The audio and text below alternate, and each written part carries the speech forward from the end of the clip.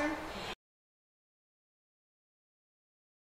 And then the last two, what's been suggested is how to have difficult conversations with families or how to have conferences with families that might be challenging.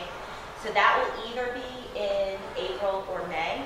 And then the other one is we've reached out to someone. What came up from the coalition was developmentally appropriate behaviors, like kind of like what to expect at different ages, like different milestones. So depending on those two presenters, I'll let you all know in the next probably week or so which ones will be which, but those are kind of the themes. Yeah. Something else to put on your radar if you're interested.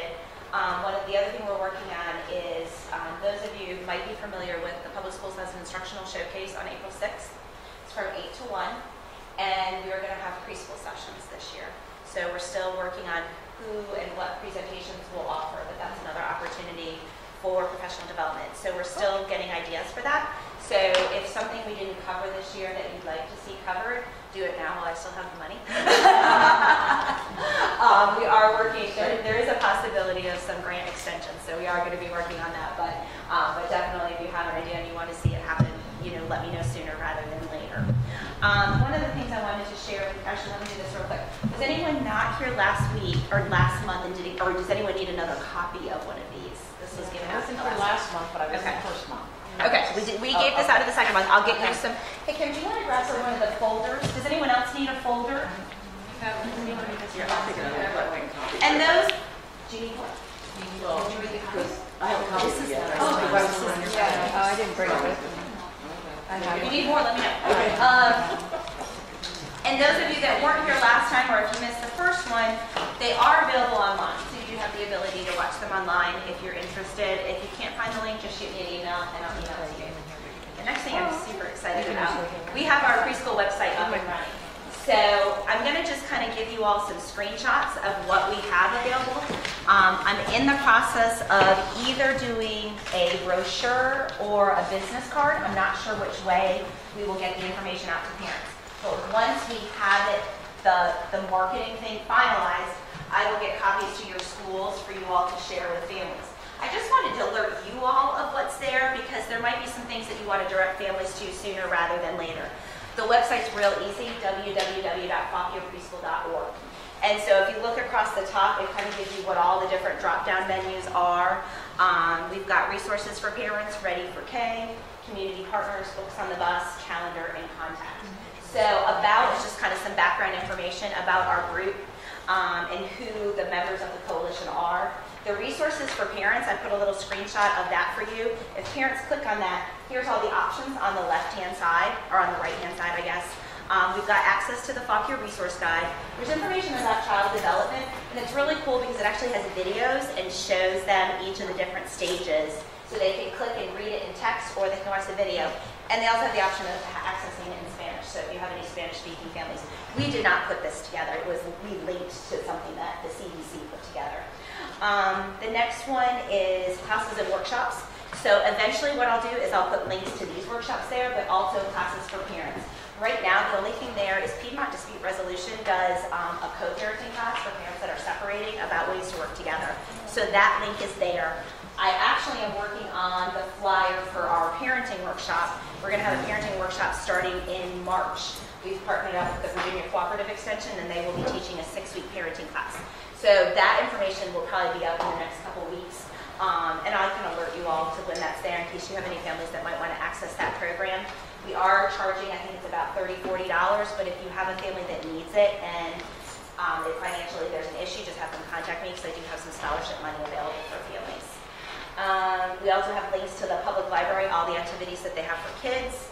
The next one is my favorite one. It says, I need help. And if you click on that, it has drop downs and it has information on where they can access food, clothing, shelter, mental health, trying to think of what else we have on there. Anything we could think of. But of course, if you look at that and we're missing something, just let us know and we'll research it and get it up there. Also links to parks and playgrounds, different pediatricians, preschools and daycares, and other resources. This is really nice. I feel like we can distribute this to families. Yeah, that's what we're excited about. This is just for us a heads up. This is a heads up. Yeah, I will have something that you can give to families. And you're Yes. going to give to schools and we're going to see. Yep. I'm going to have some. I'm in the process of kind of making something more professional so that we can give it to pediatricians, schools, families, so that parents know that this is an option. This is just kind of letting you know what's there, and you can go check it out. And also, we're kind of field testing it now, because if we're missing something and we want to get it up there, we want to have a finished product when it's up there. But it is live. The next slide kind of just shows what we have under the Ready for K section. It has information for parents about easing the transition. Is my child ready? Preparing for K. Registering for K goes through like how they register with the public schools and different school readiness skills. And then the last thing is our Books on the Bus program. So one of the things that we got feedback from last summer was that we didn't have like a site for them to go to get information. So this has links to our Facebook, to our Twitter, and also a link to request Bob at different community events. And then two other things I want to point out on the front page. There's a little link that says calendar. One of the things we're hoping to get up and running is a community calendar, so families know what's accessible for families with kids. So we're hoping to get the word out so that people, what they can do is if you click on this, all you do is you type in your event details, and then it comes to me, and then I can push it up there. So kind of share the word with connections that you might have, or if you know of events at your school or your church. So this would be all events, like for families. I mean, that's kind of what we're targeting. Yes. Story time and all kinds of things. Yeah, we're trying to really get a more, collaborative effort. Like I was talking with the Parks and Rec today, and I said, or no, the town of Warrenton, and I said, before you put out your summer stuff, can we talk and maybe put everything in one place? Because I don't know about you all, but as a parent, you get 8,000 pieces of paper, and it would be nice if I got a summer calendar. And so I knew this week this was all the happenings that were going on. So we are trying to get more collaboration and co-advertising with each other. So this is available to you all. The only other thing I have before letting Kim take over is in your little materials box, there's some index cards. One of the things I'd like to have as we start thinking about the conversation or the workshop of, how to have those difficult conversations, what kind of things are difficult to have the conversation with? So, maybe it's telling the parent that their child has you suspect their child might have a disability, or is it, I don't know. I want to know what kind of conversations are hard, because I'm out of the classroom for a little while, so all I deal with is difficult conversations. So, so give me some ideas. I'm not sure if I'm going to do it or if I'm going to get someone else to do it, but write down, I don't know your handwriting. I don't know any names. Don't use names. So just write down how to say this or how to say that, and don't worry about being politically correct or anything, because I'm not doing anything with it other than forming a workshop from it. And if you want to think about it for a little bit and give it to someone to give to me, you guys have Kim. She sees me on a regular basis. You could give it to Kim. And then, however you guys want to give it to me, you can email it, you can put it in the mail, whatever. But I want it to be something that's useful for you. And unless we know what you struggle with, then we can't develop it that way. So that being said, I think that is all of the nuts and bolts. Yes?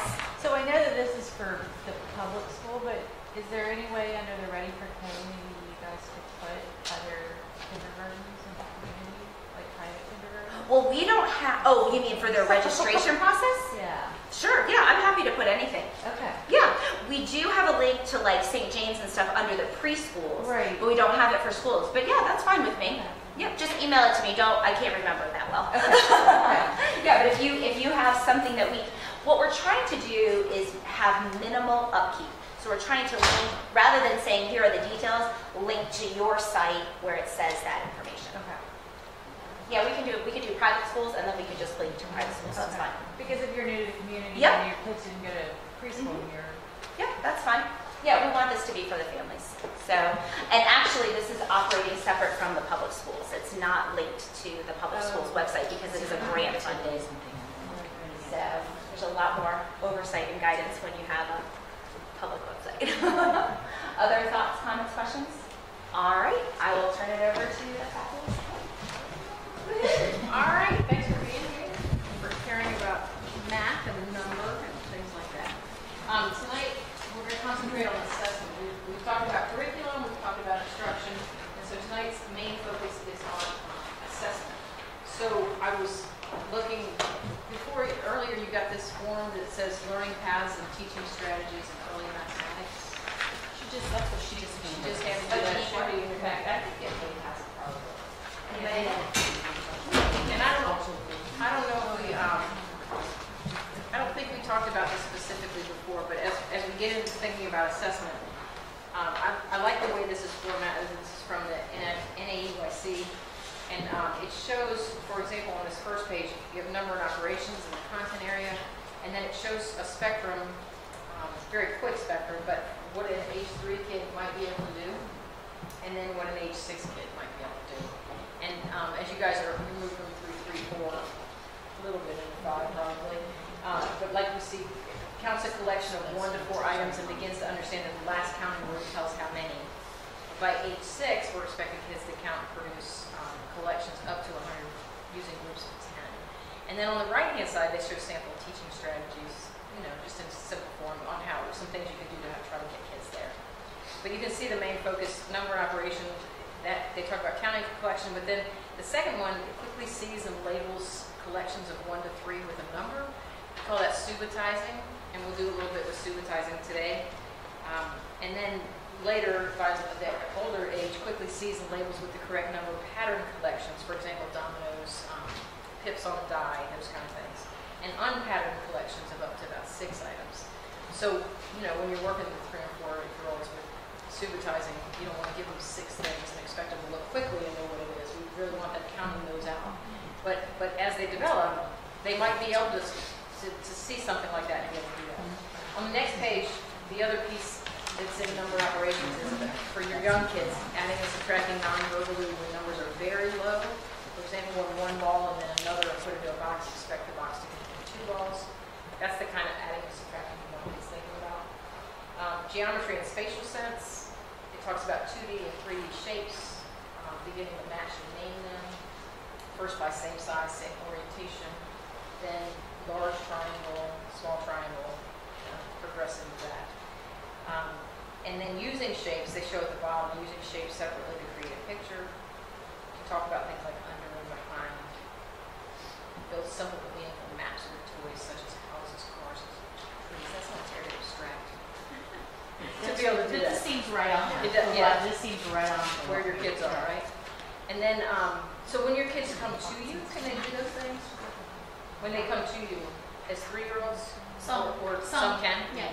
But some cannot, yeah. Correct. Right. Under measurement, it talks about recognizing and labeling measurable attributes of objects. I mean, a long string, it says heavy, more or less, heavy, light, being able to compare things. And then patterning, we're going to look a little bit about patterning, algebraic thinking. Don't worry about that algebra word, it's just patterning. Notice and copy simple repeating patterns. Long, short, long, short, long, short, long. And then the last one is displaying and analyzing data, sorting objects, counting and comparing groups that are formed. Do we have more red bears than green bears? Those kind of things. And help to make simple graphs, pictographs, bar graphs. I don't think it's that formal. To me, it's having squares. You put things in the squares. You've got a grid, and you put the dogs in this grid, in this row, and you put the cats in this row. Which one do you have for? Less of it. We expect young kids to do. I like the format of this, and I think it keeps it simple and make it feel doable.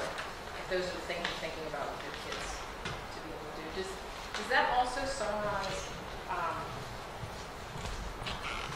Do you have something in preschool where you're saying by the end of when they leave us, when they head into kindergarten, we want them to be able to do these things? Do you have some of those? I would say recognize numbers. We don't have anything, no prerequisite. Because it's really the whole child. It's not just because you have some that may know everybody in the alphabet, some know not, and counting and all that. So basically, we present the material, and hopefully when they're developing, they're ready to get it, but they don't have to know. Right. But we have things we're working on as 3-year-old teachers and 4-year-old teachers that we are, and like I said, this seems feels right on. They also have access to the foundation marks for early learning, and that's kind of like the SOLs of our pre-K. So the prerequisites are what they need to build up to that. Do you see anything missing on here? Things that you would strive for? I would say like the numeral and the quantity, like matching those, like knowing when you see the numeral 2 that there's the quantity too. That's important. And I'm going to show you a website. There's a good article in there that talks about using number as a quantity, not as a noun. And it's more of a describing word than it is. And it's a really good article about that, which would probably be interesting. I'll try to see if I can find that. I'll show you that website. And then like counting up and counting down, but just 5 and down, and 3 for the 3-year-olds. I do that a lot. From 1, just, none to 5, 5 to none. and do you ever start at other numbers? Not Not with young kids, right? Well, we take, I think every class is different, and you have to determine what the class is capable of. But we play a game where they have to close their eyes and remove a number. And basically, it's a number between 1 and 10. And they have to open their eyes and tell me what's missing. That's great. And it's amazing. You have some that are just right on it, and the other ones. And so then we count back to that number. That's how we knew. So there's a lot of things that just is kind of part of our day. Right. Our little game type things. Do you think when kids are doing that, they're connecting it to quantity or to names of numbers? You know? That would be neat. That would be names and numbers. But we just had conferences, and even explaining to a parent, it's great to be able to recognize 1 through 10. Right. But to really know what is 2. So this is 2. I prefer them to know that this is 2, then this is 2. Because this is 2 and what 2 looks like. So explaining to parents that, we can flashcards. They can learn 1 to 10 to memorize it when they're really young. But to really understand is way more important to understand what 2 is as opposed to what the numeral looks like. So, and then you start there and it all just starts to build on. And that helps us when kids get older, because sometimes kids can, like, even 6th to 7th grade, 9th grade, they spit out things, but they don't necessarily understand it. So if you guys can set the groundwork there, that would really help older people, teachers too. All right, so I just want to point that out there. We're going to start. We're going to watch Juanita Copley talk about assessment, and then I have 4 activities planned, and I'm going to show you some books in between. You may know all about these books, but I collected a few more books that are mathy, and I'll break things up with a little book reading in between, or at least show you what the books are. So this is Juanita Copley. Remember, we're using this young child in mathematics as the basis of these 3 sessions. And this is her just a short intro talking about assessment. I want to talk now about a descriptor of an excellent teacher that is probably the most difficult for most of us. That is the idea of assessing children's development and learning of mathematics. Most of us daily watch children and we assess during our teaching time. But often we don't think about it as something that is focused or intentional. We say, oh, I understand what kids are doing, or we say, I assess by observing, but we're not focused on particular objectives, or we're not thinking about specific information that we're getting. So this particular one is one I work on a lot, and I think about what could I assess as I am teaching. I can assess certainly the procedures that they can follow, and the procedures and their fluency in working with pretend, for instance, like numbers. I can also assess their problem-solving strategies. I can also assess maybe their understanding of particular concepts. I can certainly look at their reasoning. But I think something that we often forget is their disposition and how flexible they are, what they find interesting, or what is interesting not only to them but also to me that we could kind of work together and focus on. So there's a lot of things I could assess. And there's a lot of things I can assess while I'm teaching. And that's what I'd like to talk to you about in this section. The first tape that we're going to view is a tape that comes from an activity that I do late in pre-kindergarten or... Okay, so before we do that, let's do that activity together. I hate to pause her in that mode, you know. I don't know her personally, but I'm embarrassed. All right, okay, so we're going to do this first activity. So to do this first activity, we're going to look at what's called a 10 frame. So this is a 10 frame. And in your packets, there's a 10 frame that I copied before I knew we had these. And I think these are just kind of fun. So I thought we'd use these. So what I would do is I would take all of them out for this. And then I want to show you how to use the 10 frame. What are you calling it? 10 frame. 10 frame. Number 10. 10 frame. So, I mean, it's a 5 frame if you separate it, right? So that's just 5, and this makes it 10. And I balked at this a little bit because in my understanding of number, I don't like to always follow the rules.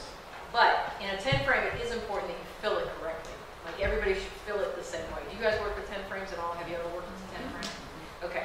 So in a 10 frame, you want to fill it from up here, and you want to go across the top row, and then come down here onto the second row. So if I just have, I want to show one like that. There's 2, there's 3, there's 4. And so teachers want kids to be able to look at that and say that's 4. I just have trouble with that. It's just so perfect. And 4 can be shown so many different ways. I sort of, my mental, anyway, altogether. But I'm okay with it. I've got it. Sort of. Anyway, there's 5. There's 5. And then you come down here to do 6. And you can see in the table when she works with them, I don't think they've worked with 10 frames before. So they have to be taught how to fill it, because it doesn't naturally fill like that. But it's counting on a calendar though too that we do. It is. It is. But it's somewhat better than a calendar because it's in a 10 system. It's in a 5-10 system, which is more of our decimal system, right? So sometimes the hold up with calendar, only sticking with calendar, is that calendars are sort of base 7, but they're really base 30, 31 or whatever. But they're in 7s. Plus they don't and always everything start here. Everything Sometimes they they don't start always start there. there. Yeah, so everything's a little strange. So don't just count on calendar. I like calendar time, and it's great. You can do lots of good math there, but there's so much more we need to be doing to develop a number. So, so that's 7, and then if you fill it up, then you have 10, right? So what we're going to do is you're going to have your own 10 frame, and you want to empty it. And then what you're going to do is you're going to roll a die, and when it's your turn, you're going to roll the die, and you're going to fill your 10 frame with that many. I would suggest, and I didn't have time or money or effort to make, I would have die that only have 1, 2, and 3. We talked about that last time, it's something we did. But you really only want to have, to fill this, I would just use 1, 2, and 3. And so Kristen last time talked about using your cubes, like your 1-inch cubes that are planned for building, you could just write numbers on there. You could write numbers on, you could even, if you don't want to write on the cube, you could put like a paper dot, stick a sticker on it, and then write on top of that. But I would, for young kids, I would use 1, for this activity and for young kids, I would only use 1, 2, and 3. So last time I think they were smart about 4 became 1, and 5 became 2, and 6 became 3. But if that's too much for you, just if you roll a 4, 5, or 6, just ignore it. For what we're doing tonight. So you just roll a die, and on your turn, you fill your frame, and you want to fill it exactly. So the person who finishes first, you can call it the winner if you want to be competitive, but it's probably better not to be. You want it to complete it, you want to finish exactly. And so there does become some conversation at the end about how many more do I need to make 10, and those kind of things. So on your turn, just play, you can play 2s or 3s or whatever. You guys can play a 3 from there. You guys can 4, 5, 6 you can just ignore. But the idea is to build a frame. Think about what kids are thinking as they do that. No, but you're supposed to more. So go ahead. 5 and 6. 1, 2, 3. Yeah. That's a little 1. Me. We keep going. Oh, Whoever makes a 10 first. Oh, okay. Got it. Keep going. Keep going. She thought she wanted to get more. But that, I mean, that's a good conversation, right? I have more. It's like it's over. The more or less conversation, the fact that you guys have the same amount, right? Bingo. That's the only thing I don't like. No, I think I like it. No, I think they You can like it. handle It's that. really great. But it's good for fun. I'm the winner. Yeah. All right, am I So we want to encourage her to finish. Oh, Be a good okay. sport. Not just No, that. it's only 30. But are you supposed to have that conversation before I have to like, Go to exact. who did- Yeah, you probably should. All right. I'm assuming She already said I won. I have more. You knew I knew. But you can have that conversation as you go. Okay. We can put money at the end. This would be good with like 5 and just doing it individually, maybe 10, but You can't catch her this time. You might only get I think that they like the 10 because She's they just gonna keep are going like until she gets lots it. of units. Oh, you were getting 5, so. 5 or 10. Your only hope is if she gets a 1, right? We're doing second place too? Start with 5. Yeah. No, she won. We don't know.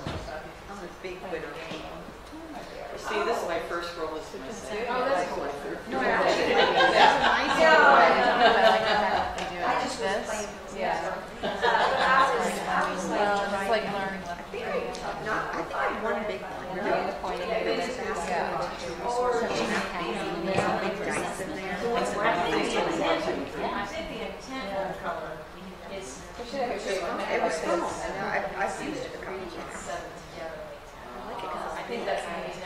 Because making tents is Yes. so for young kids, particularly you want them to know that.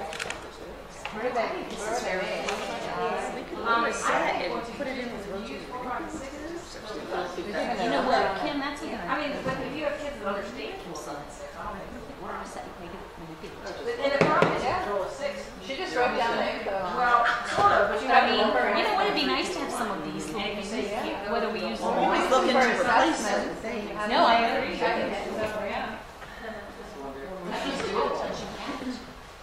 But then they can. Deb at this table asked about why I said 1, 2, and 3. I was assuming young kids and it would Have some older ones. it would fill it slower, but you can use the 4, 5, and 6, and there's nothing wrong with that. And, I mean, if they rolled a 6 right off the bat, then they're not winning necessarily. They're not totally finished. There's still 4 left, right? And so if they roll a 5 or 6, they lose their turn, right? Because you have to fill it exactly. So you don't keep rolling until you can. So if you have older kids, there's nothing wrong with that. So in your packet, there's a paper set of 10 frames. I mean, you can make your own very easily, right? Yeah. And you can just use bears or whatever you want to use. To use one of these. well, you could do that too, but you could just use that, right, and fill it up the same way. And that's, I think, what you'll see her doing. These are nice that it doesn't stick because you put bears on. I think they all would be over drawn to and these stuff. just because the tactile. I can tell you my little 2 and 3/4-year-old can't get out. Oh, it's a hard one. He can't. He was not free. It's more 5, but He likes the bears, but I bet it the more they get used to. I bet that's true. These are pretty fresh. These have to be. All right, so now let's watch some kids. She's going to talk about it.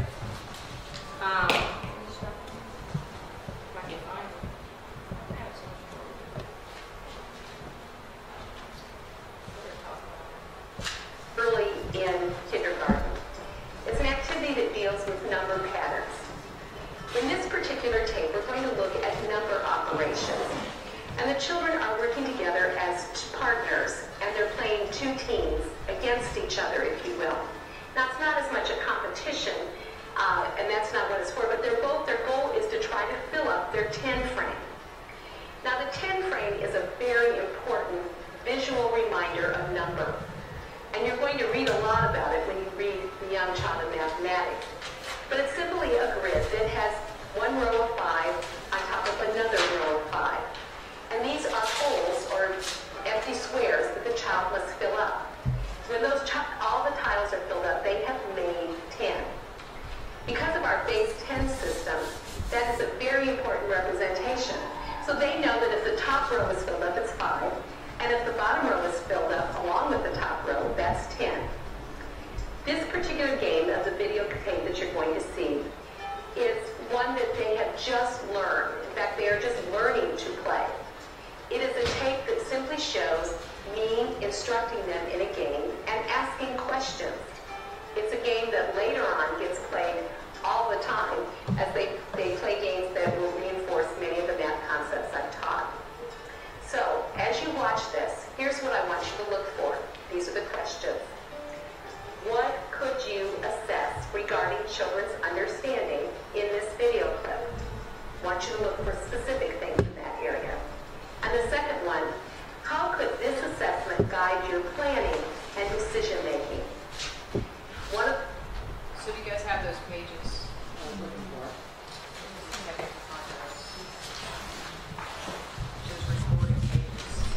Have thoughts about it. It should be in the packet. Oh, okay.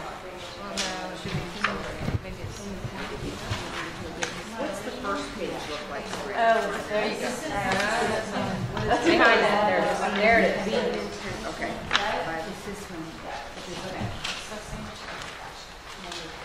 What's it?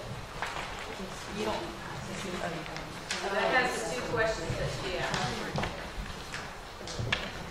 Things you're going to find out as we look at assessment is, I believe, one of the main purposes of assessment is to help you know what to teach next and how to plan.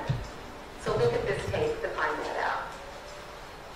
After you view this video clip, please pause the DVD so that you can respond to any reflections you may have about this video.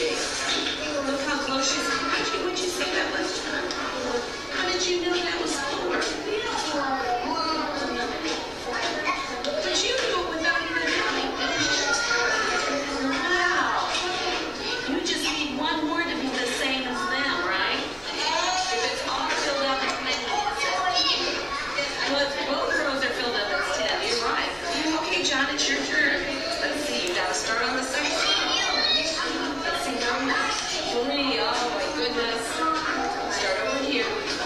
Yeah. Oh, look at now. Joseph's going to want just how many more to make it win? You just need 2 more. If you get 3, you can't play because that's too much. Oh, it's now your turn. Go ahead. I bet you want a 3, don't you? You gotta roll it. You got a 3. Take 3. Finish this round. Oh, no, put it this way. Take it for that. Ooh, how many would you like your partner to roll the next time? 6. No, look. 1, 2. How many? 3. Wouldn't it be nice if Lady could do that? Because she would win, wouldn't she? Lady makes 3. Okay, well, yeah. I know you would win. Yeah, okay. It is, let's see, it's Joseph's turn, isn't it? Okay, Joseph. We'd like you to get a 2 once you jump. Okay, ready? Toss it. You gotta throw it. You gotta throw it. Here, let's put it down. 3. Oh, look, 3 of them fit. Joseph. Too much. Oh, well, now it's Lady's turn. All right, Lady, he wants you to get a 3. You got a 3. You put 3, let's see it first. 1. Oh my goodness. Oh, so you guys go, yes. And you guys go, oh well. So we're going to play again. That's more realistic. All right, let me give you a minute to write down some thoughts about what you could assess regarding your understanding. How would that help your planning and decision making for your activities? I'll give you a couple minutes. I'm missing the whole last 3 pages of this. Is that everybody or is it just a couple of them? Okay, we've got a bunch of No, I'm doing it on the wrong one. I did it on the vertical pattern. We did it wrong. Is it blocked? I'm just writing it. Oh, maybe I there was did it on the a wrong page, sorry. That's okay. I think we all would. I don't know. You're not checking where. Where's that first page? Assessing children's development. And then Which, that was, I think, the last thing. Oh, no. We have a place taken. No. Does anyone? No, we've got a bunch of. It's called, I don't know why it's called. Does anyone else? That is what it's called. Okay, that's right. All right. I don't know. This is the right, it is the right.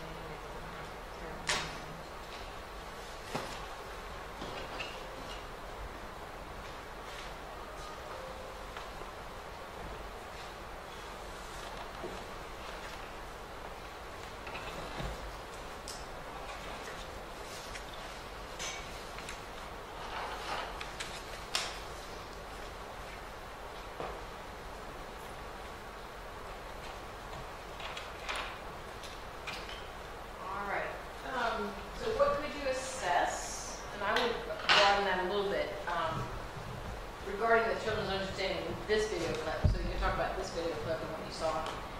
But also with this, if you were playing this with your kids, what could you assess? So thoughts? We did number recognition with From? this, from the dice. I mean, that's From the dice, the way right. this was played. And I don't know if you could see, but she was using numerals. She That's had what I saw. So if they don't Right. know that, Yeah, but also, they not only had to know that it was two, they also had Right. to take that was two. two. Yeah, You know, two. like, Right. And they did that seemingly very quickly. They seemed yeah, so they're very good smart. Yes. how to find those and numbers, and how to put those two representations together. Yeah, that Right, they were able to see the numeral and then transfers. When she talks about it, she does talk about pips. So I don't know if she forgot that she used numerals but she mentions using dice. You know, so I think you can play it either way. I think it's good either way. What else? One-to-one correspondence, because they had to recognize a numeral and know that they put that many into Certainly. Yes. They knew how many they needed to, were remaining, that they needed to know to win the How many game. were left? How Right. many were left? And had she not been on videotape, I would be curious to, and I don't know how old those children were, but older kids, I would think, you would have a conversation about how many were there and how many were needed. I think that's a good connection to be able to make. We were talking, I think the reason there's two colors with this is because if you see, if you see seven reds and these were yellows, you see that 7 plus 3 gives you 10. And I think that's why the two color piece is there for older kids to be thinking about that. So for older kids, the ones that can they recognize if that's 5? This is doing 6, that all 7. day. Well, they seem like to, right? the top 5, that's 5, and the Right. second's 5. She was trying to get them to see that. So I think they could learn to do that. The older kids. What else? I said the same thing. That one boy said there was 4, but visually he didn't count them or anything. He just knew because of the grouping of 5. And she didn't really get an answer out of him. I asked that same question, and I always wonder, what are they supposed to tell me? I mean, Well, they don't know. Sometimes they do, and Do they? even middle school kids, high school kids, I would push on them because even if I know that 2 plus 3 is 5, I just know it. I can also explain it to you. So they should. He either is subitizing, like he just sees it and it is 4, and he doesn't really use the word subitize, but he could say, I just looked at it and I knew. And that's possible. If you know the kid well enough and you know that's what he's doing. But he also, what's another way he could have known that was 4? From something you guys already mentioned. Well, he could have counted them quickly and she just didn't know he did that. He did it in his head and she didn't see it. It's possible. What else? How else could he know that was 4 on that side? that there are 5 full blocks and one's missing. That's what I was thinking. You know how you were talking about counting backwards? Yeah. So perhaps he looked at 5 and saw it was 1 less. So when you ask kids that, it's kind of amazing what you get. Even at the level where you're teaching, I think you get different answers. And I think sometimes we just assume that they're doing it a certain way, and then you hear what they're doing, you're like, whoa, I thought I was doing it that way. But whether even they're a lot 3 of years the old. children, even the little ones, not a lot of them, but in your class, there's some that can just look and say, well, that's 4. Right. They just see 4. Right. And that's okay. Yeah. And we want them to get there. It's Remember to do an activity at it's the like, end. let's count them, but Right. make sure. But it's like they can do that. They just know. Right. And that's that quickly recognizing. Remember on that page. Anything else from this videotape or from this activity in general that you were assessing? I think that they just seem to have an innate kind of consciousness of quantity because they were making comparisons, and when they're in that competitive setting, it's amazing how quickly they can see who has more or less. Who has more or less? So it lends itself. That's a good point, yeah. And again, I think it seemed to me it was the first time they were doing this. Well, we're actually She was teaching them how to do the 10 frame, right? Yeah. And so she talked a lot, but I would imagine if you just let kids play it and heard their conversation, it would be really interesting to hear what they said. And I think there'd be a lot of that comparison piece. So that's good. And then how could this assessment guide your plan, your decision making? From what she saw here, like are there next steps that she would go towards? I mean, what would you do? What do you think these kids are ready for? What kind of decisions could you make for the future for these kids?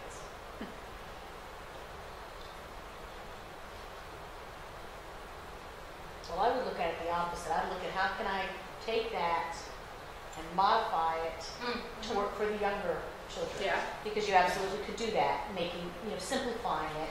So I was looking at it totally reverse. So how would you simplify it? Maybe just, I guess, are you always supposed to do all 10? It's like even doing the 5. You don't have to, no. Because handing the children 10 objects and having that's just too That's a many. lot, yeah. So I would bring that down. I mean, I couldn't So do. you could just make a 5 frame, right? Right, Even right. with paper, I would you just, could right. I would just. yeah. So okay, I could do that. Depending upon the children, what dice you use. If the children can't recognize their numbers, we're not going to do that. And even some of the children that can't count. I mean, so it's kind of, Right. Bringing it down to the youngers instead of. Because I had a child, I think we talked before, who she recognizes her numbers and she can count. And she was the one that I said, hand me 3, just off the cuff, just kind of like, and she couldn't do it. So it's like, oh my goodness. So, it would be that child I might have to sit there and count with her as she's playing the game. Right. I mean, I don't think I could leave some of them to their own devices Right. like that. Right. Not right now, yeah. These guys did definitely have no trouble coming up, adding, putting the 1, 2, 3. So I would think, even moving 4, 5, and 6 with this part. How big a number would you want to use for? How large a number do you want to use for preschool? My assessments at the end of the year, they should know their quantity up to 10. That's just what I was taught. 10 years. Are you in pre-K then? Yeah. Okay. So we agree with that? We're in preschool. I'm preschool teacher. I go to 5. Yeah. So your kids are going what? Quantity, and they're learning the numeral and the quantity. How far? To 5. To 5. Yeah, but that's what I feel But like. they're 3 and 4 year olds. Yeah. I do 10, but they're all not able to do that. I don't do quantity with 10. I think after 5 it's a little Yeah. high. But counting, I do 5 little rhymes every day. It's my favorite. And they're all different, like theme-wise, everything's different. When we count up and we count down. And they know the difference. They know when they're counting up and they know when they're counting down. And they love it. They absolutely love it. So those are the 2 things I do. All right. Let's see what she says about this activity. She pulls from it. Let's see if she says something different. I'm not on my mouse today.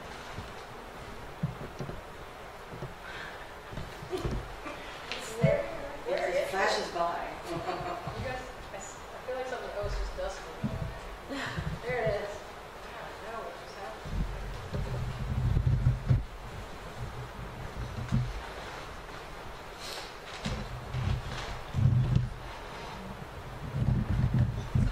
Let's start first with the first question. What could you assess regarding children's understanding in this video clip? Well, there are quite a few math objectives, number objectives that you could assess using this videotape. The first one that comes to mind is this idea of children subitizing for quantities. So for instance, when I said we rolled the die and they said they could put in 2, did they have to count up those 2, or could they just immediately take 2 objects and know that was 2? Or when they rolled the die that had 3 on it, 3 pips on it, could they look at it and just go, oh, that's 3, without having to count each one of those? Subitizing, as you know, if you've read the Young Child Mathematics, is an important skill in number and operation. I was able to see, by playing this game with 4 children, I was able to see who could subitize and who could not. If you notice, there were several that could just look at that and know the number. A second thing I was able to really get at was the idea of the quantities that were represented in the 10 frame. As they added 2 and then they added another 3, who could say, oh, that's 5, because that filled up the top row? Or if they added 1 more to 5, did they know that was 6? Or 2 more, did they know that was 7? Again,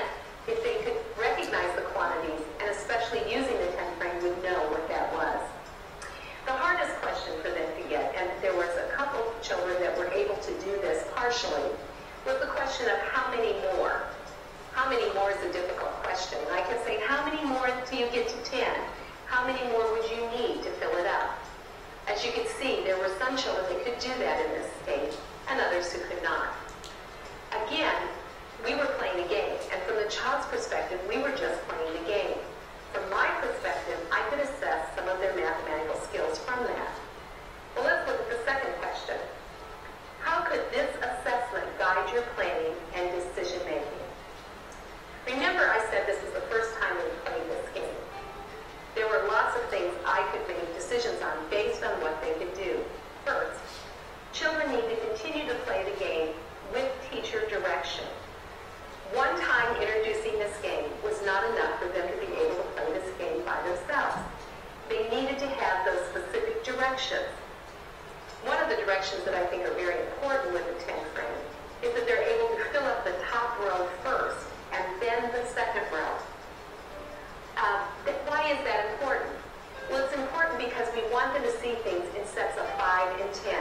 Because of our base 10 system, that is an important representation for them to see. So because that's important, I want to make sure they get that direction part correct. Another thing is that I could see that most children can subitize the quantities 1, 2, and 3. However, that doesn't mean they can subitize the quantities 4 and 5, which is something that I want them to be able to do. So next time I play this game, I would probably use that information to help me say that the next game we play, we might use a die that had 4 and 5 on it as well, or even 6. Finally, I knew without a shadow of a doubt that children needed more experience with the how many more questions. As you can tell, not many children can do that. That is a more difficult question, I know from my experience, as well as from this particular game introduction. Now, as I reflect on this tape, this one's a little hard for me to watch. It gets across the idea, but many times throughout this tape, I talked over the children. And it would have been so much better if I could have heard what they did. I was able to watch what they were doing and assessing. But if I had been a little quieter, I would have been able to really get what each child could do in this game. Unfortunately, I didn't do that. So this tape is hard for me to watch because I want to be an excellent teacher, but I also want to learn from my mistakes. The next time I play this game, and I don't have videotape to show you, but I was much quieter, and I learned a lot more about the children from it. The activity, look, make, and fix.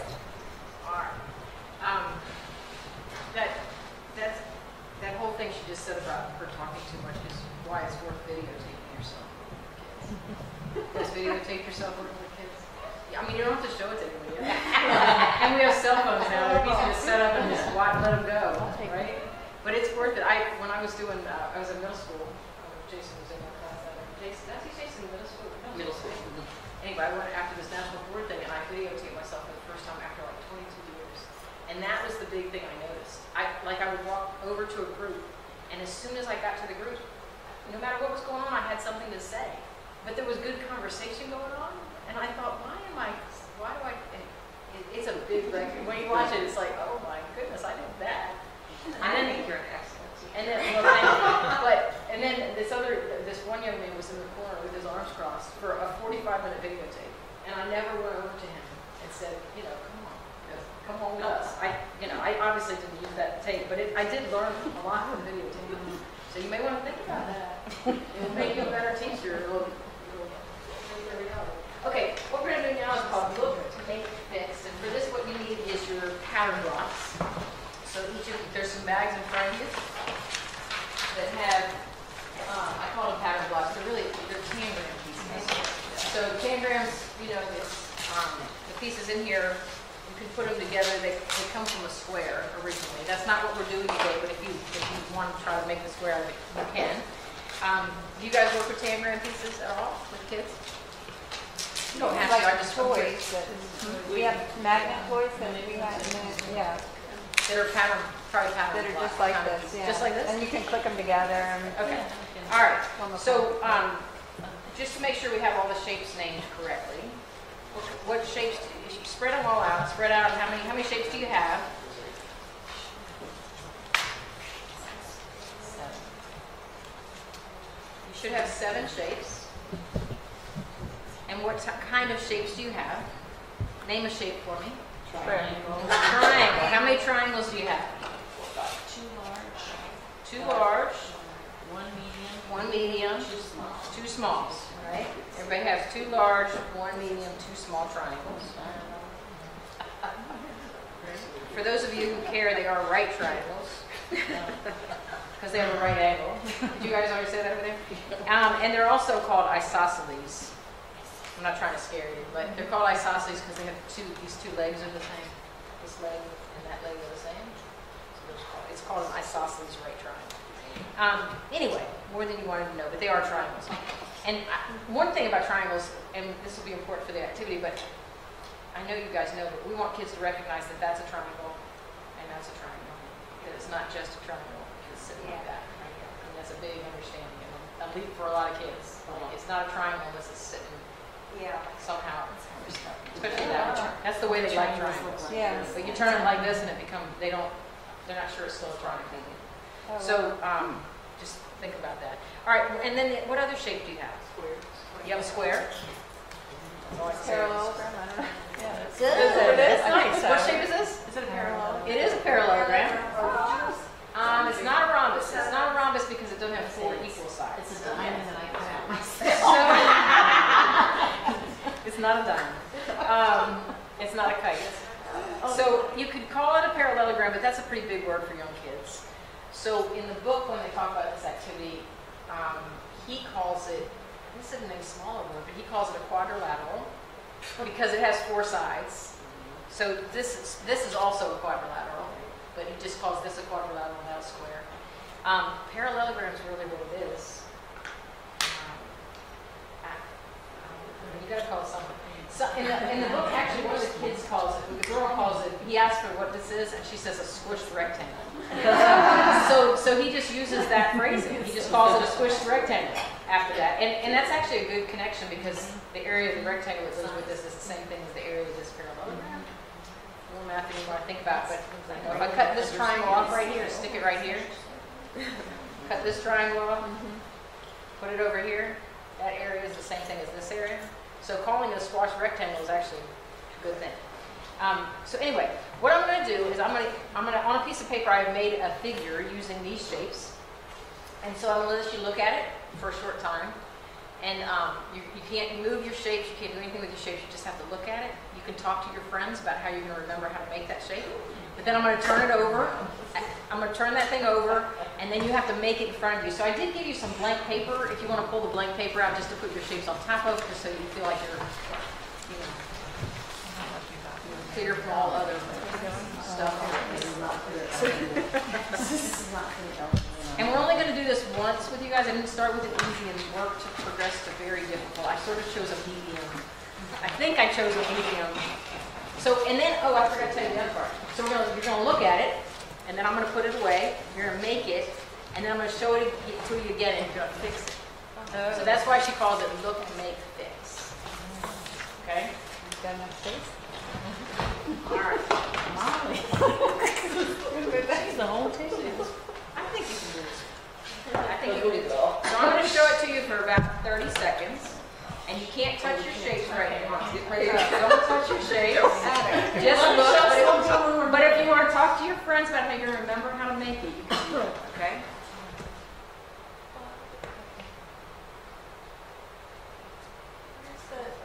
Are all the shapes there? I did not use all all right. your shapes. Okay. You use all your shapes. I was like, whoa. Okay. I can do that.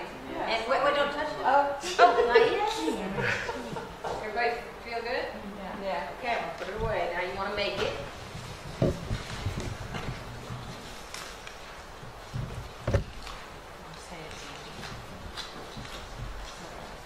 So in that talking part, the reason she hasn't talking, right, is she wants them, I shouldn't interrupt us thinking. Sorry.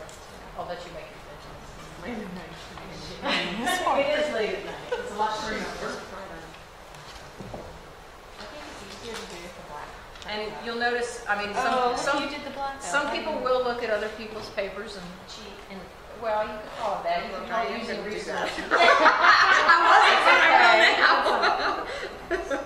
Look, everybody's. It's just the way I cut it in the head. I forgot to pay attention to the sides. I knew they were not All right. up the right way. And the first time you do this with kids, I would suggest you use the big you don't use right. Start very simple. All right. fix yours, fix yours. We looked, we made, and now we fix. Actually, this is fun. Everybody got it? Yeah. Yeah, well, we could, again, We could this just- model you that could on my just- side, that's actually, This is was a actually nice fun. pattern for you guys because, I mean, it was pretty symmetrical. Yeah. And you had large here, and these kind of naturally sort of flow off of this. I mean, there's some order to this. I remember in the summer session, I did an easy one, and then I did a harder one that was weird. I mean, and if it doesn't look like something, like, I don't know what you thought this was. I was thinking rocket. I thought So in my rocket mind, too. I was thinking rocket. I saw a tree. A tree. I was like, okay, Yeah. it's a rocket. So It's gonna start if here. you use some weird thing that has the parallelogram hanging off and do it, the parallelogram is hard to incorporate. It's just got a weird shape to it, so it's hard to figure out which way that goes. But for kids who can handle it. Yeah, but can we add like the circles and all that stuff in there? Oh, you can put anything. Right, I mean, Yeah. as long as it looks like something to the children, I mean, And you don't have to Say use, that looks you like probably do have pattern blocks in your rooms, right? I mean, you can do this easily in pattern blocks. because if you turn that sideways, like this, Yeah, I can see that. Sure Yeah. is. I mean, I see it now. I didn't see it immediately, but yeah. Fish swimming up. Okay, so now let's listen to her. She's going to talk about the activity a little bit, and then she's going to give you those 2 questions. You should be on the look, make, and fix page. And is an activity that fits very, very well in the assessment category of an excellent teacher. This activity is described in the geometry chapter in Young Child Mathematics. But it's an activity that I think of a lot when I think about assessing during teaching. This was an activity I didn't think was something that pre-kindergarten kids could do. I was wrong. They do it very well. And actually, they really can use their spatial sense, and they get better at it the more they try. Here are the steps that you're going to see. First of all, children use shapes that they are very accustomed to. Tangram shapes are something that each of them have used a great deal, so they know what they look like, they've touched them, they've felt them, they've done all kinds of puzzles and enjoyed working with them. What their job is they sit facing me, and this is the one time I have to tell you, you're going to see all the kids kind of in rows looking at me. The reason they're in rows is because they need the exact same perspective. They need to see exactly what I'm doing, all from looking face on it at me. They can't be in a circle like we would maybe normally do. So what I do is I simply show them a configuration of tangram blocks. I use magnetic ones, and I turn over the board and have them look at those shapes.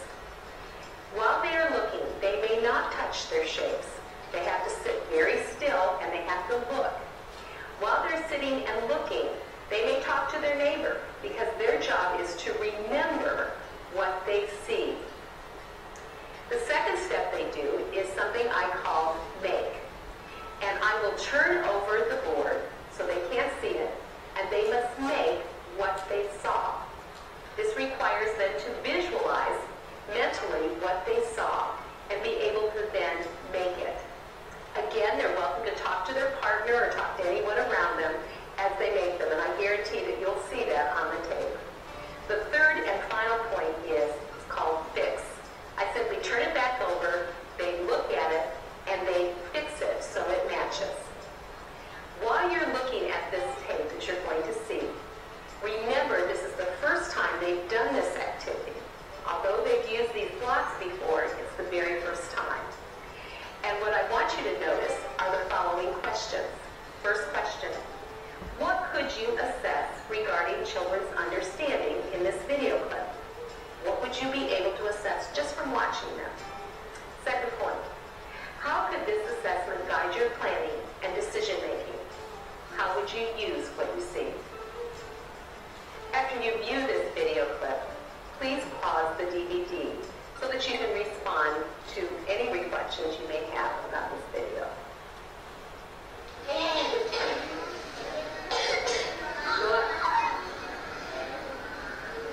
You gotta put it in your head. Don't touch your cheek. No, no, no, no, no, no. Don't touch your cheek, Jenna. This is the look. Talk to your friend and tell them, talk to the person next to you and say, how are you going to remember this? But listen, well, how are you going to tell them?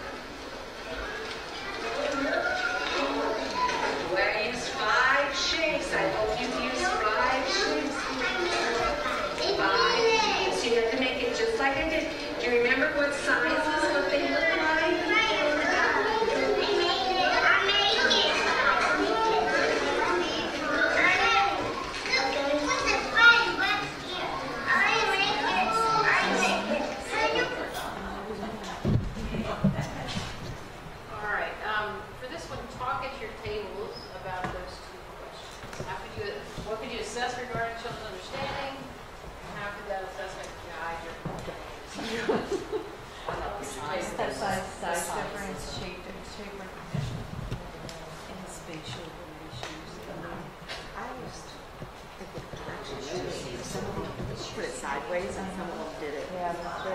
Which I thought was interesting because there was no directions about, that. Just make it.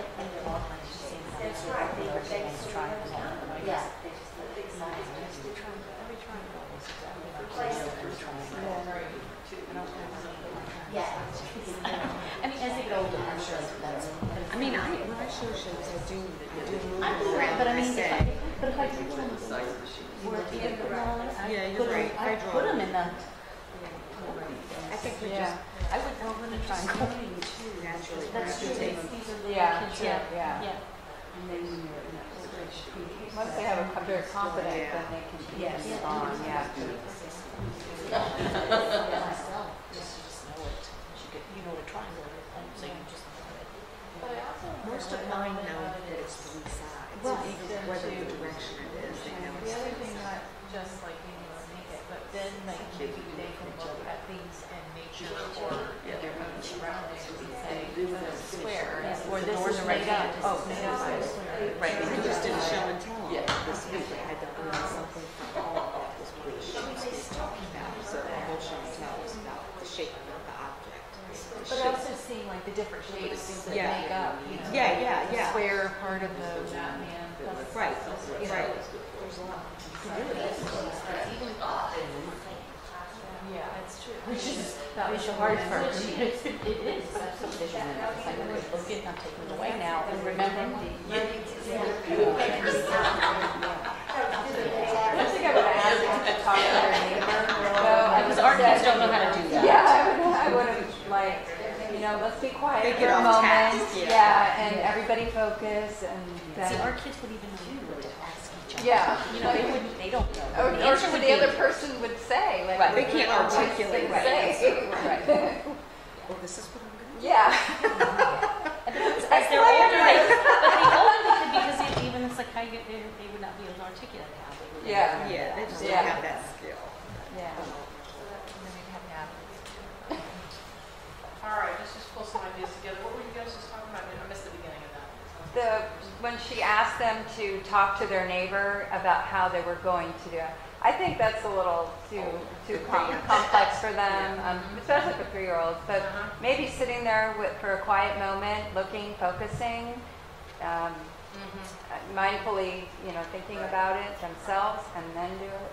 They got out of it. Yes, Yeah. I think our 3 or maybe even 4-year-olds are articulating how they're going to be able to solve it. Yeah. I mean, they're just going to do it. Unless you teach them to think about what it looks to me like a tree. It has 5 pieces. I mean, unless you do some modeling. Right, and counting, absolutely. Yeah. She also gave them the hint of 5 pieces. I was surprised she gave them that much information. And I saw some kids counting too. Yeah. Right. How many triangles there were. And so most of them did have, it looked like most of them did have 5 triangles. But most of them were out of order. Yes. They just knew they had 5 triangles. she would need to say, So that was a lot to pay attention to for young brains to think. I would think she needed to say, 2 triangles at the top. Right.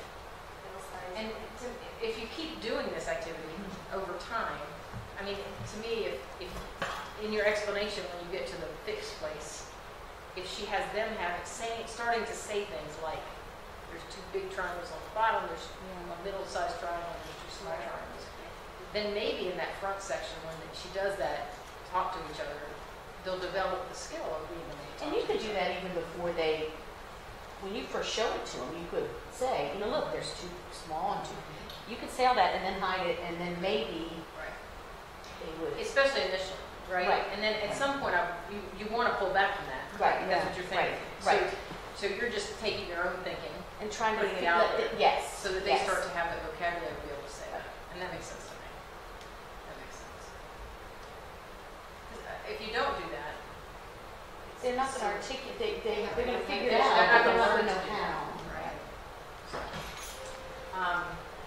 What about future? Like, what do you think about? What does she learn from that?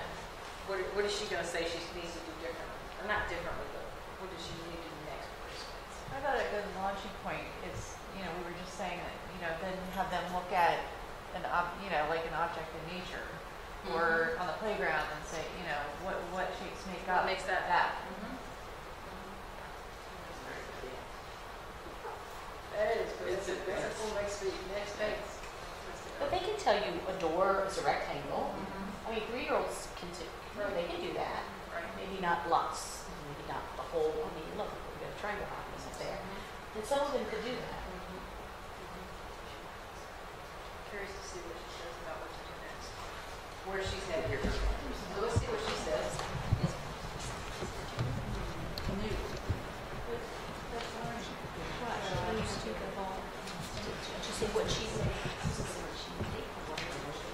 Let's look at the first question. What could you assess about children's understanding based on this video clip? I think there's quite a few things you could, but I think all of them fit under spatial visualization. Did you see how children selected the correct shapes? I think almost everyone was able to determine that the different pictures that I showed were made out of squares or triangles. And there was only 1 or 2 instances where the children selected the wrong shape. So they were able to remember what shapes were in the pictures. I think you probably also saw that most children could actually put the orientation of the shapes correct. Now, you have to have noticed that I used definite pictures that I gave them to do. So one was what one child called the Christmas tree, and another was an arrow type picture. They were able to orient the shapes correctly in most cases, to put together to make what they saw. I think you also noticed that many children had difficulty with the size of the shape. For instance, on the Christmas tree where it was supposed to go from small to large, they had difficulty putting those in order. In fact, they mixed those up a lot. In fact, in most cases, I didn't see anybody use the right size of the shape. They used the right shape, they put it in the right orientation, but the size was difficult for them. Let's look at the second question. How could this assessment guide your planning and decision making? Oh, this one's easy. Because what I used from that information was, first of all, that children could do this activity. I thought this was something, spatial visualization was something very young children would have difficulty with. Because I remember I always had trouble with that. In reality, they were able to do this, and in fact, they enjoyed doing it. They loved putting something up in their head and putting it together. So I decided that in future lessons, and of course I did many other lessons with this particular group, I would choose more shapes, and I would have them not only just use shapes, but I would make pictures that were not necessarily in a picture form. In other words, not pictures, but shapes that were not necessarily in a picture form. So what I did is, instead of making an arrow or a tree, I would put them just in different orientations to make puzzle-like figures. I then decided, after doing those, and the kids were able to do those, I would use maybe 3 or 4 shapes. I then decided to do other activities that really focused on size. So we looked at size of shapes in a very different way. We didn't just do the look, make, and fix activity with other sizes, but we used lots of different size activities where I would have children put things in sequence from smallest to largest and so on. So I used this particular activity to increase doing this type, but also to give me information about exactly what type of information I needed to use. As I reflect on this activity, one of the things I think about is do not shortchange young children. I so often will think about what children can do, and sometimes not really investigate what they can do. And I find out amazing things when I expect much better. This is a game that I typically use to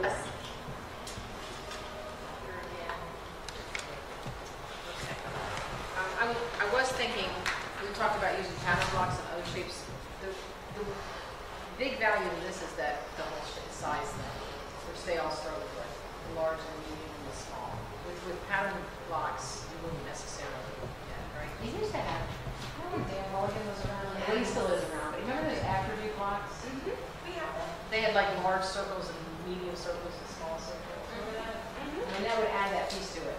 Because like she was right. You're doing snowman and you talk about the size sequence, you know. Right. It's like some kids really get it. Some kids. So, but you can make whatever shapes you want to. These just lend themselves well to that. So I hope you will try that. We'll see if we can get some. All right, the next thing we're going to do is called the snake game. And So you need the snake board, that's in your packet. And you each need a playing piece, that's why I put the not your fixed pieces, multi-link cubes, hexalink cubes, whatever they're called. So use this as your marker. You should have a snake somewhere. And you're going to start, you can either start at the head or you can start at the tail. Which end do you think makes more sense? Start at the head, so put your starter, put your pieces at the front. And then you're supposed to play this in twos, but how can it work with you? Well, Kim yeah. You two, Kim. Okay. Play with Karen. Play with Karen. So the way this is going to work is one of you's going to be the hider and one's going to be the guesser. And on your hand, you're either going to put 1, 2, or 3 fingers. Wait, no. Oh, I forgot about that. But you do need one.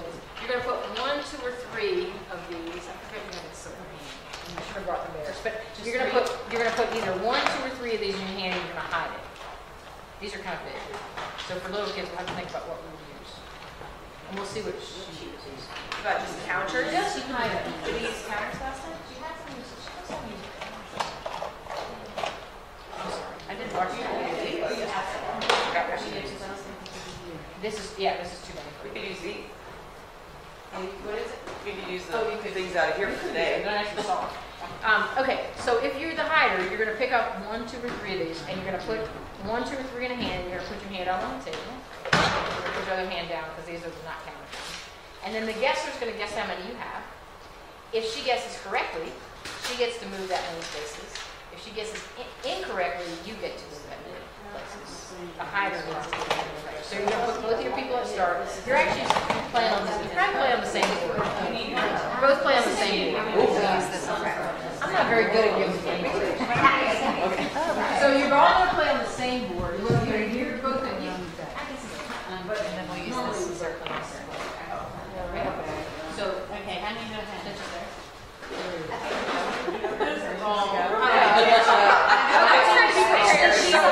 And then she's the hider. Right.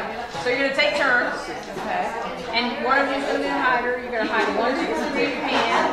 You're going to put that hand out. She's going to guess how many you have. If she guesses correctly, she gets to go to that many. 1. Huge. All right. So it's 1. So you get to go 1. 2. Did it really? Okay. Is there anything else you want to do? Do you move the same amount? She said you get to share it more. And you get to go. So is she still going or now? Now she's one. You take turns.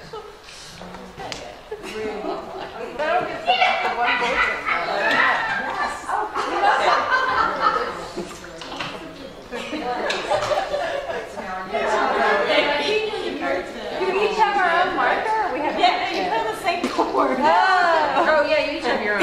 Yeah. Okay. If you get ready, there you go. Okay. I just think I don't know what. All right. Okay. My turn. 1. Yes, you're so fast. Hey guys, you each need your marker. She's a dice.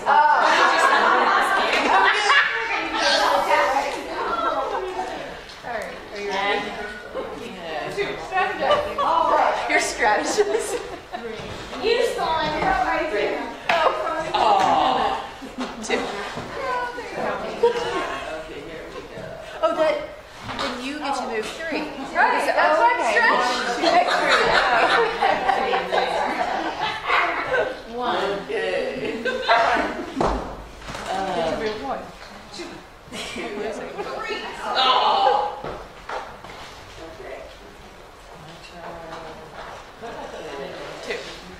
2. Yep.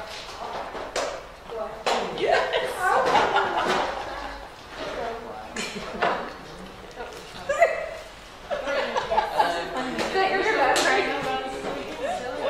I don't have Oh, here. Your hand. 2. Okay. So you won.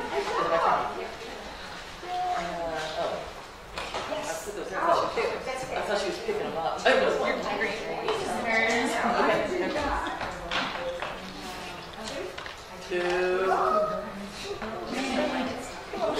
More about this. What?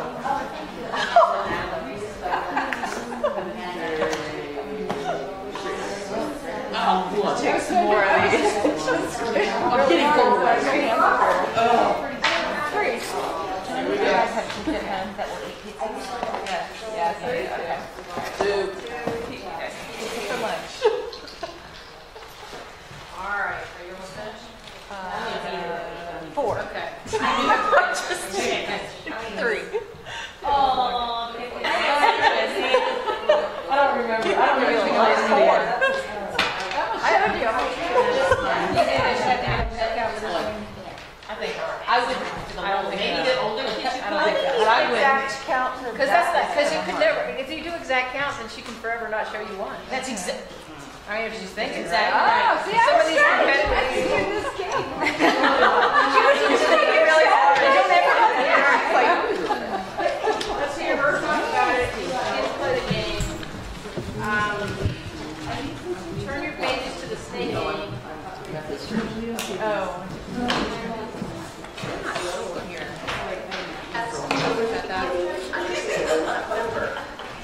In this particular game, you're going to see 2 children who are playing a game with me. A game that, as I said, is called the snake game. The goal of the game is to move from one end of the snake board to the other end. But the way the children move is by guessing how many counters are in their neighbor's hand.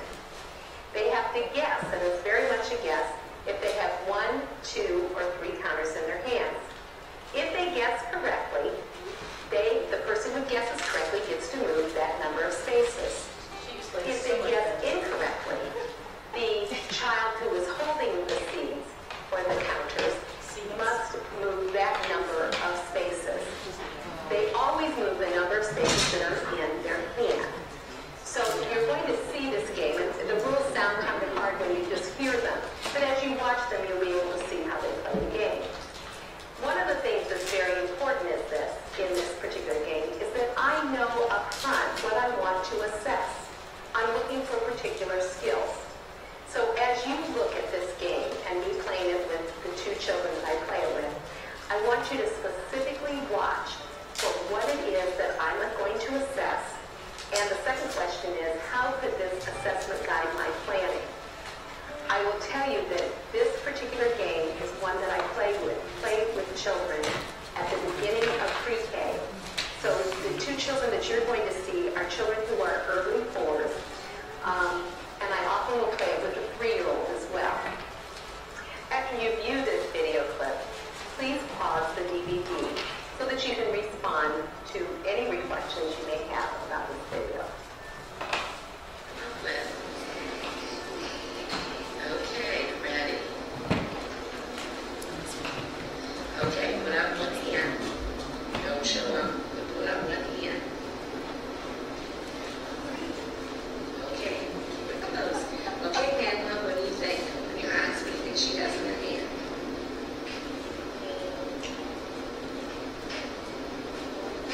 One. Oh, 2. Oh, no. So you get to move 2 more spaces, Zoe. Oh, this Zoe, she fools you every time. So move 2. 1, 2. Oh my goodness. You gotta fool her this time. Here you go. She's a good guesser. Close your eyes, Zoe. Oh my goodness.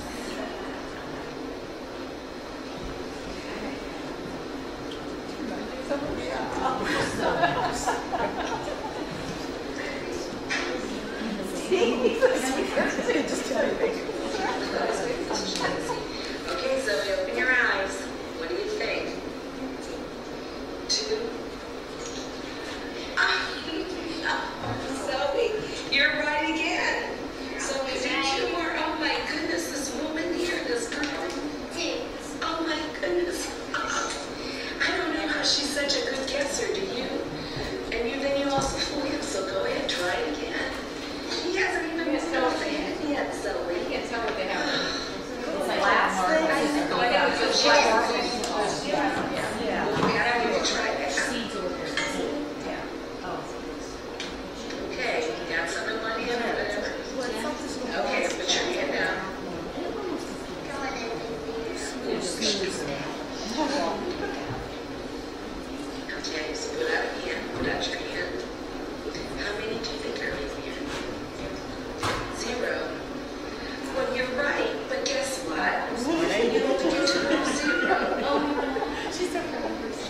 She didn't tell us she could do it, but she decided to.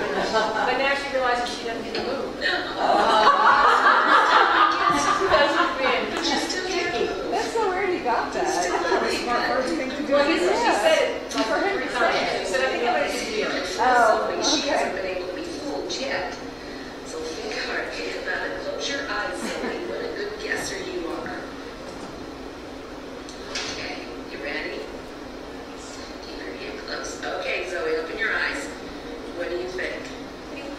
You think 3? Open your hand. 1. So you finally fooled her, and you get to move 1. So move your butt. Yay! It's about time, Zoe. All right, now see if you can fool me. It sounds like glass. It sounded like glass, yeah. Oh, you did? You heard sound? Or something. All right. So for this one, what could you assess from what you saw? Are we supposed to speak up or? Just speak up. Whether good guesses or not. Yeah. Well, it seems like the counting to 10, like they know if they've moved further, more or less. Do they have more of the game to go, or do they have less? Right. Who's right? Based on that. Yeah. And I don't know how many slots were on hers. This snake I just found. I googled snake. Like snake. Like color of face. I don't know whose snake it is, but I just found it and thought, well, that'll work. I don't know. It's some strange number. That's strange. I just made it from some stolen Google picture. So, yeah, it's a weird number, but you could make it a specific number. Like 10. Yeah, like 10, which would make a lot of sense. They had the concept of a 1-to-1 because they knew that if they had each square was 1. Now, at what age does a kid learn to move on a plane? When can they learn that? 2.5, 3. Can they? Not all, but some. I haven't tried that. I think, Well, some of them thinking can. about But the, some of them thinking can't. about the If Easter they're not doing basket. one-to-one, you Oh, go 1, 2, 3, 4, and they end up in But we they do finish the dice game. 6, maybe it would make Yeah. more sense to. Yeah. I was wondering about that when I was Yeah. watching this. So if you wanted to implement this game, I mean, it's only a 2-player game. So how do you do that logistically? Like, do you just introduce it to 2 kids at one day and then another 2 kids? And you could, it would Do it be play. nice just even with Or in a circle and play equal it? abilities, kind of. You could could do a make it shorter longer or stage. shorter according, because some kids could, in my class, could absolutely do this. Some of them couldn't do that. Right. So we would try So to. you could make it short. Yeah, that makes sense. I just was thinking, how do you take that many kids? And sometimes you model that kind of game in front, like in a circle. At circle, I would right? probably do the circle start out. Just sort of just to show them how to play it.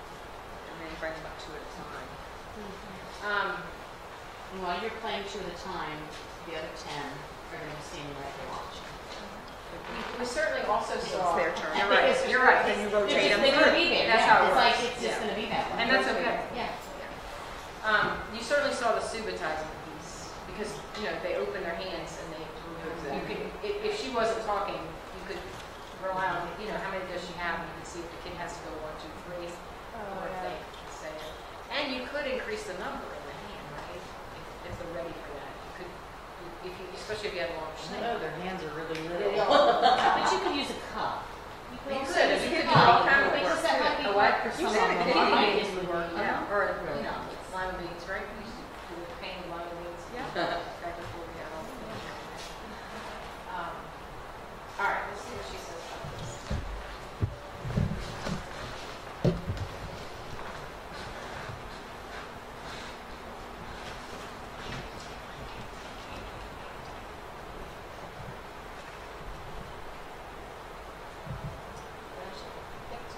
I don't think it went. I'm just sitting here thinking about other things, I'm sorry.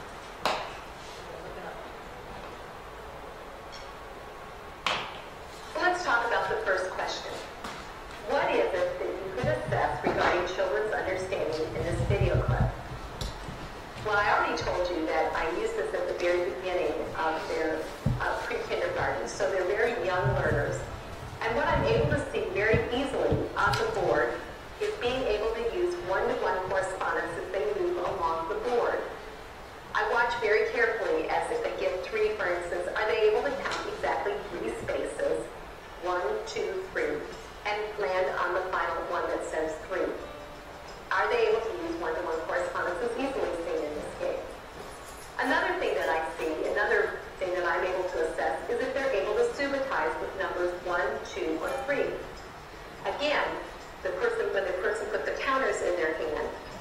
to see 1, 2, 3, and they were able, when she showed him, she had 3 in her hand, which was the little boy able to say, ooh, that's 3, or did he have to count 1, 2, 3? So it's an easy way to really see if a child can subitize and what quantities they can use to do that. The third one's a little more interesting, I think, because every time I play this game with children, I love watching them play it. As you can see in this particular game, when a child, when the little girl wanted to really fool the little boy in the tape, she was able to she said, I'm going to put 0 in there. And I love watching their faces when they're playing this because it's like, oh, I'm going to fool you, I'm going to fool you. And they put this out, and then when the child will guess something else and she turns it over, she's so excited that she's fooled the boy or fooled the partner. And then she realizes, ooh, that means I get to move 0. I love watching their faces because children are not subtle. And it's so easy to assess if they get that concept of 0. In fact, later on, as they're playing this game, or if they do anything else, they'll say, it's 0, like that snake game thing, and I don't want 0 when I roll. So it's a way of just me seeing if they actually get the understanding of what it is they're doing. The game is just fun for kids to play. As I look at this particular game, one thing I say is it does help me guide my planning. So let's look at the second question.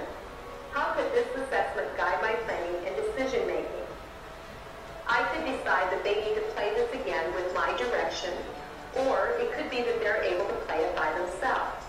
It's a good activity for them to continue to play because it really gets at that idea of counting 1 to 1, and it's a good way to practice subitizing. I also know that children, just looking at this particular tape, I could do a harder version of the game. And rather than just using 1, 2, or 3, I could make the decision that I'm going to use 4 counters or 5 counters. And a way that I do that often, instead of having them guess what number is, I will have them put some of the counters here and hide the others. But they will simply be able to show their partner how many are here, and then what they are really doing, rather than guessing how many are back here, they are simply knowing by heart whole ideas. So it's a way to incorporate learning parts of 4 and 5 in a harder version. Now, from the tape that you saw, these children needed some more practice playing this particular game. But I was excited to be able to see that most of them, both of them in this case, could use 1-to-1 correspondence and were able to subitize quantities 1 and 2 at least, and really 3 many times. If I reflect upon this particular tape, I know that this was a way that I probably got very excited, and maybe more excited than I needed to be on this particular tape. I find that it's very, very hard for me not to react to children, and I get as excited as they do sometimes. But I was able to see the excitement in their voices as they learned to play this particular game. And it means simply that I would definitely use it again. You are now going to view a video clip that is from a second grade class. All right. We actually used, in this book and with the DVD, we used all the activities that were for preschoolers. Is what I did in this set. So, quite a bit. I will, over here she has her guidelines for assessment, and since we just looked at all those, I feel like these make more sense now. Making child-centered choices. She's not just saying, show me 3, she's putting it in a game. You know, all of these were fun for kids to do, and they don't think they're being assessed, right? They think they're just playing a game. So, child-centered, thinking about that. And then observe and interact purposefully. You've got to know what you're looking for. Like, you know, what is it that I'm looking at today, and how am I going to go about that?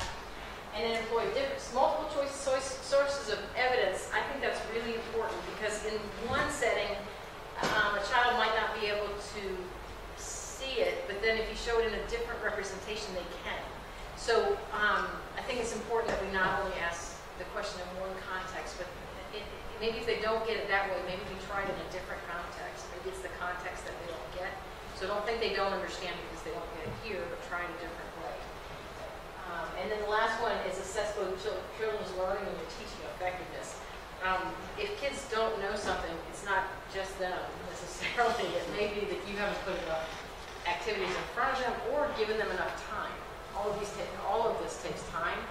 And I think that's the hardest thing with this whole number thing, you know, in the preschool. I know there's a lot of stress on literacy, reading literacy. I know it's there, but developing that math sense takes so much time. I mean, they just need to be able to play with stuff, and a lot of time. And so I hope you're able to do that. I want to do one more activity, and as you're making something, I'm going to show you these books I have. I think this will work. So this is actually from a website. It's earlymath.erickson.edu, and I'm from the Erickson Institute Early Math Collaborative. Now I get regular emails from them when they post new things up there, and then I get the information from them. On this website, there are a bunch of different activities. There's some cool things. I don't know what it costs, but there's these labs you can be part of, and it's to me, I mean, I've just started to look at it, but there's online learning has resources that you can just look at, and then they have these professional learning modules and series. Anyway, some of their stuff is free and just right here. So I saw this this dot card activity, and this is that whole idea of subitizing and with assessment. Now she uses this activity as a transition, but I think it can be used lots of different ways.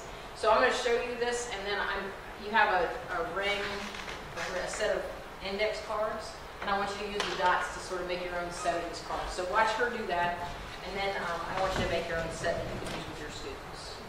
Okay, my friends, so to go to gym today, I'm going to have you tell me how many dots you see. I guess ready? You want to go first? Okay. Please show me how many. I want to see you show me 3 fingers for 3 dots. Go ahead and go sit by your locker. Okay, show me how many. Yeah, I like the way you show me 3 fingers for 3 dots. Okay, Arnold, are you ready? I didn't see him. He just got here. Okay, Arnold, you're going to show me on your fingers how many. Are you ready?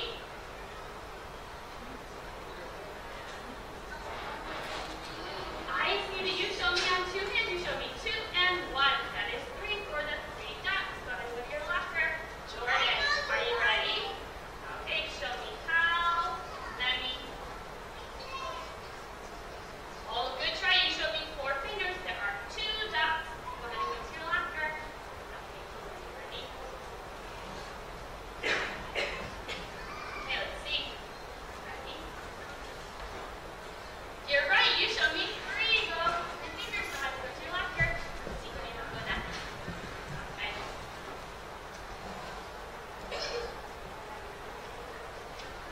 Ready? 1, 2, this way. Ready? How many?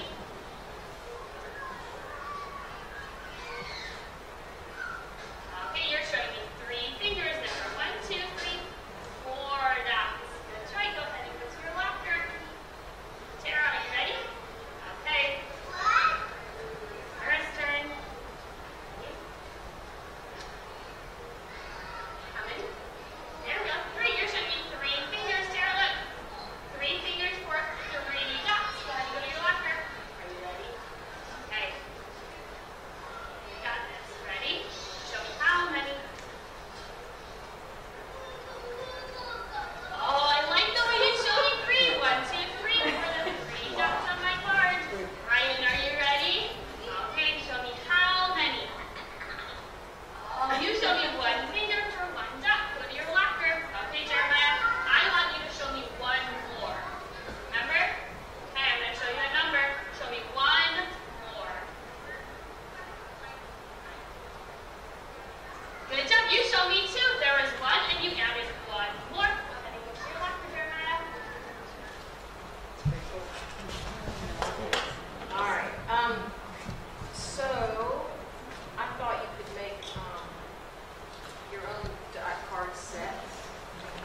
Trying to figure out what to turn on first.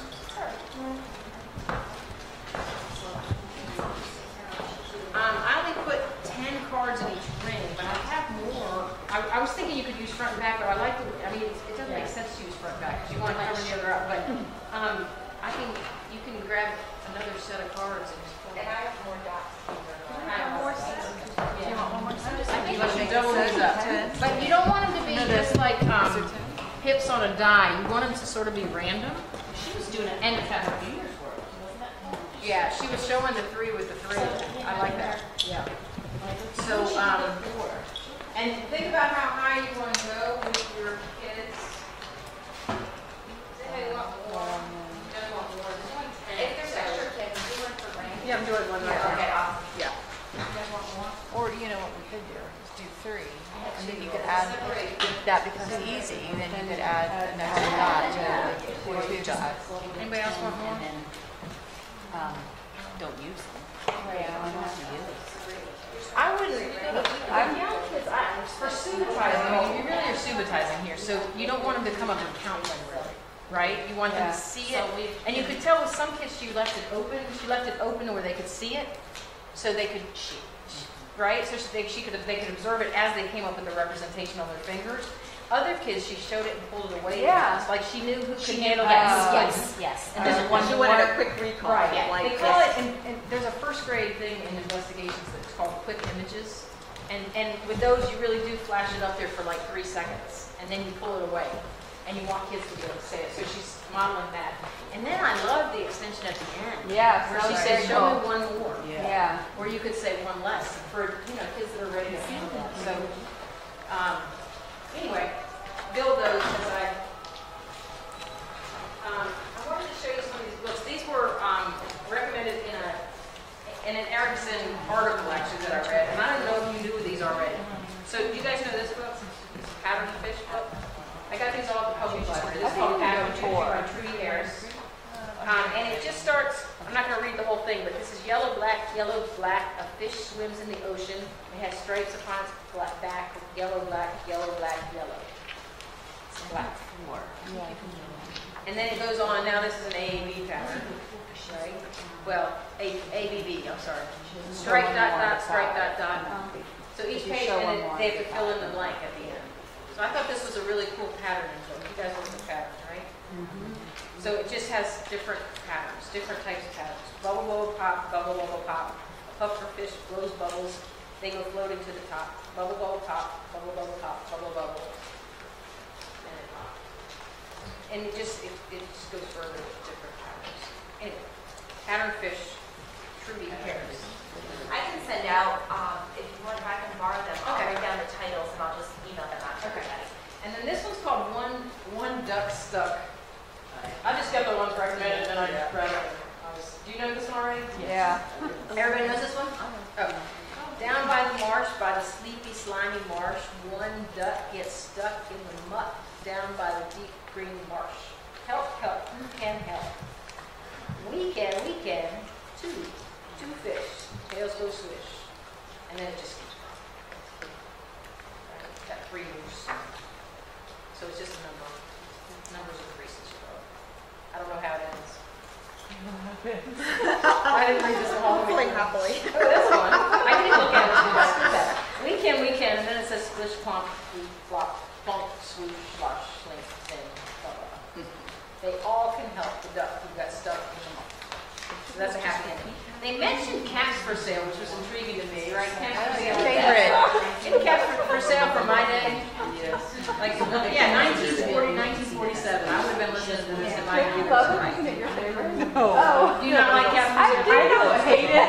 She does not like it. I mean, I it like was weird to me that they my own mentioned it. kids when I read But it. to me, cat for sale. Love it. And My kids love it. I love it. I love that one. So tell me how you could use this for, how does this have bearing in a math school? Caps for sale. Well, you're counting caps, and he's getting rid of caps, and what And there's 5. And there's there's enough caps to go sets, for right? money, and yeah. Right. There's the 1-to-1 of Yes, the monkeys match the absolutely. cats. And so you could have cats I don't want match how many circus kids you have in class, and you could have kids that have gray hats and black hats. And you So can I think bring it caps does have to connection. school, and it's like You you could. count, and then you You kind could of have a like- cap day. Yeah, and Yes. it's like, here guys, let's see. Uh-oh. Yeah. Somebody doesn't So have I was intrigued that they did that class. And then this one is just weird. Maybe y'all are into this, but this is, I mean, you might have kids who are, right? So it's called Count the Monkeys. It's just a strange one. But there's, lots of straight. I'm glad there's authors like this, right? Hey kids, time to count the monkeys. It's fun, it's easy. All you have to do is turn the page and count the monkeys. Oh, funny. One king cobra has scared off all the monkeys. Turn the page very slowly, very carefully, so he doesn't notice us. Monkeys and swans. Look, 2 mongooses have chased away that cobra. Or is that 2 mongoose? I'm pretty sure it is 2 mongooses. Let's vote. Raise your hand if you think it's 2 mongooses. Raise your hand if you think it's mongoose. I mean, anyway, it was recommended for, young kids, but it's interesting, but it's different. So that's called counting.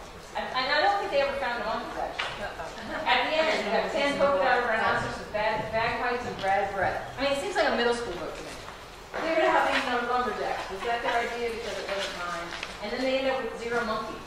Now we'll never get to count the monkeys. And then there's this page with the back that has lots of. If you have kids that might enjoy that, right? All right. Finishing up, this actually has connections to those dots. I mean, it might be. You guys read 10 dots. 10 black dots. Donald Cruise, 10 black dots. What can you do with 10 black dots? 1 dot can make a sun, and 1 dot can make a sun on the day's done. And it goes on to 2 dots, 3 dots. So that goes well. That would actually work. I think that works well with that. So that's an idea there. This is a beautiful book. This is called 8, an Animal Alphabet. And it just has these pages. So on this page, like there's 8 of something. This is more for your more advanced kids, right? But on this page with this B, there's 8 of something. So they tell you there's badgers, bears, beavers, bison, boar, bobcats, boobies, bumblebees, and butterflies. But there's 8 of that creature, which I think is a badger. Is that a badger?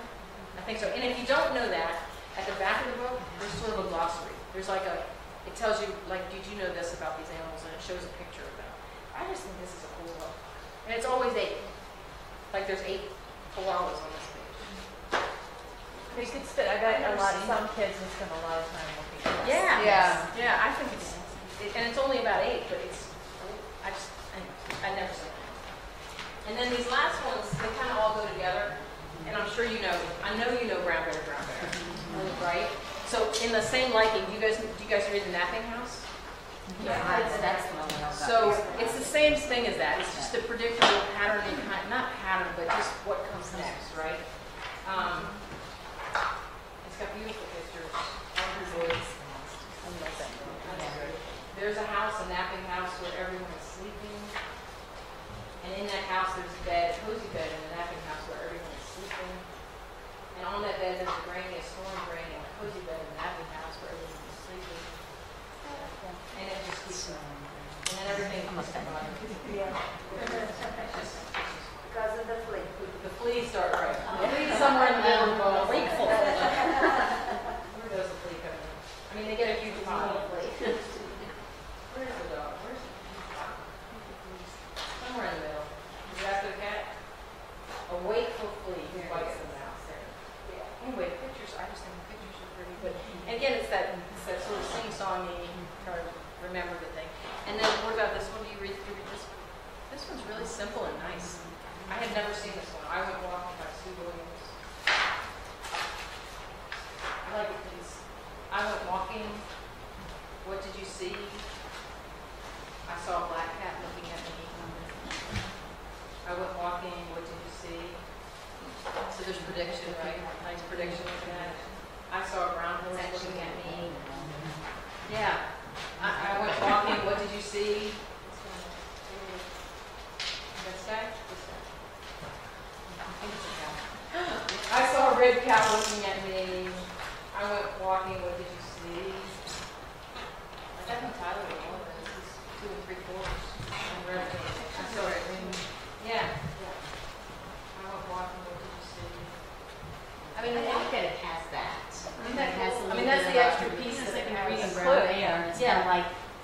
I saw a pink pig. I'm over there. I saw a pink pig with me. I went walking. What did you see? I saw a yellow light.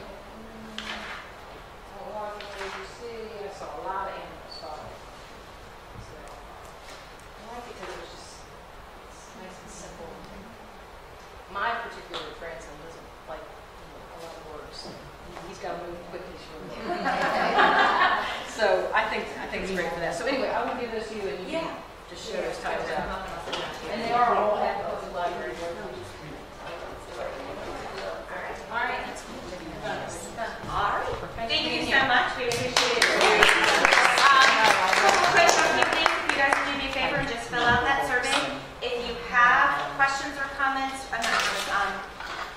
ideas or questions for the upcoming workshop for your index card, go ahead and jot that down. If you don't have time to do it or you want to think about it, give it to somebody, give it to a director or something, and somehow coordinate it to me. Apparently I overbought the Play-Doh, so we are going to raffle off 2 boxes of Play-Doh and 1 of the containers of the little blocks. So I'm just going to read everyone's name just so you know we've got Kim, Karen A, Karen M, Sharon, Deb, Dina, Molly, and Lorraine. Do I have everybody?